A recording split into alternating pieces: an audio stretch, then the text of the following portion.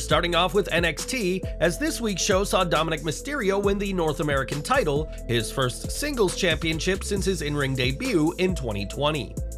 Fans were surprised to see Mysterio get the win, which admittedly came about with the help of Judgment Day, but this win has also changed creative plans for the Gold brand.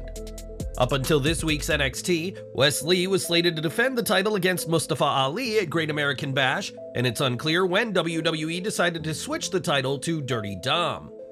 It's also unclear whether NXT's head booker Shawn Michaels made the call, as it appears that this decision may have come from higher up with the main roster, including Vince McMahon, Nick Khan, and Triple H. Khan especially has shown interest in integrating the main roster in NXT, and this development serves as another example of his plans in action. Prior to this week, there were no indications or reports that NXT had intended to scrap the Lee-Ali title match, and on NXT, it was teased that the now titleless match may not happen at all. As of now, the match between Lee and Ali has been removed from the Great American Bash page on WWE.com, leaving fans abuzz with speculation as to the next chapter of this story. All we know for certain is that Dominic Mysterio is the new NXT North American Champion, and whatever Shawn Michaels comes up with next will be in response to this shocking title change. We are just over 2 weeks away from SummerSlam 2023, and the card for the biggest party of the summer is coming together nicely. One person who's yet to be booked for the show is LA Knight, though many feel he'll be challenging for the US title in Detroit if he ends up winning the ongoing US Invitational Tournament. During the Impulsive podcast, though, Logan Paul spoke about SummerSlam and admitted that he pitched the idea of himself versus Knight at the show. That's clearly not the direction WWE is going in, as Paul is instead expected to face Ricochet on August 5th, and on his show, the Maverick said he wants to out-athlete the athlete of WWE. Paul went as far as to say that a match with Ricochet could be one of the most physically spectacular phenomenons of all time, and the pair will absolutely melt the house down. While Paul vs. Knight would have been a hit, WWE clearly felt that the match with Ricochet would be a more athletic match, leaving Knight free to chase the US title. As for LA Knight, he faced off against Paul as part of Money in the Bank, but the pair haven't had a singles encounter, and while that won't happen at SummerSlam, the pair could go one-on-one down the line. It was only a few weeks ago that Tommaso Ciampa made his return to TV, and this return came after an especially difficult time for the former NXT champion. Speaking on Out of Character, Ciampa admitted that with this recent injury, he thought he'd never wrestle again, so it's great to see him back in the ring and doing what he does best. As Cody Rhodes explained on the Raw after WrestleMania 38, he is back in WWE to become a champion and finish the story, a journey filled with obstacles for the American Nightmare. Cody's torn pec injury and defeat at WrestleMania 39 have been the two biggest setbacks, but Rhodes has now held a title, and we mean that in the literal sense. Backstage at the premiere of his American Nightmare documentary, Rhodes was seen holding Chelsea Green's WWE Women's Tag title as the new champ attended the premiere with husband Matt Cardona. On social media, fans had fun with the image of Cody with the title, with some joking that he's finally finished the story and become champion.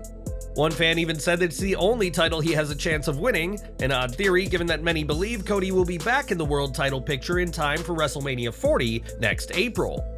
To be clear, Cody Rhodes is not Chelsea Green and remains focused on becoming undisputed WWE Universal Champion, so don't expect the second-generation star to be teaming with Sonya Deville on next week's Raw. For years, there was genuine heat between Seth Rollins and Matt Riddle, stemming from the comments Riddle's wife at the time, Lisa, had made about the bodies of female superstars, including Becky Lynch. The comments clearly affected Rollins, and their personal animosity bled into their feud from last year, but whatever tensions there were between the two superstars are a thing of the past. On the Impulsive podcast, Rollins talked about his feud with Riddle and how the pair have made amends since then. He said, "I don't think there's ever such a thing as too far. You remember it though, and we're talking about it months later, so there you go. We had a bit of a real-life beef, if you will. I had a bit of an issue with him, so you kinda got to see that play out on live television a little bit, but we worked it to our favor because now we have a moment that's viral and something you remember that affected you, so win-win-win, I would say." Fine, yeah, totally good. Look, I'm a professional, so like if we can work together, we can work together. Things that happen outside of here, that is what it is. But like, he apologized and we mended fences, and I'm all about like, I don't write anybody off. I'm not one of those guys that's like, there's no second chances, you do wrong by me, I hate you forever. Like, I'm not that stubborn, it's not that serious. The viral moment Rollins is referring to saw Seth bring up Riddle's divorce from Lisa and not seeing his kids as much anymore during a Raw, which led to the furious original bro using language that had to be censored. While Rollins won at Clash at the Castle, Riddle would emerge from the fight pit victorious at Extreme Rules, and it's good that these two professionals can move on from their personal animosity. For many wrestlers on the indies, making it to a WWE Premium Live event would be a dream come true, and headlining one of these shows would be even better. In a few weeks, WWE will host SummerSlam from Detroit, but closing out the show is the last thing on the mind of Logan Paul. Speaking on his Impulsive podcast about his impending match with Ricochet, Paul explained why he'd rather open the show than headline the biggest party of the summer.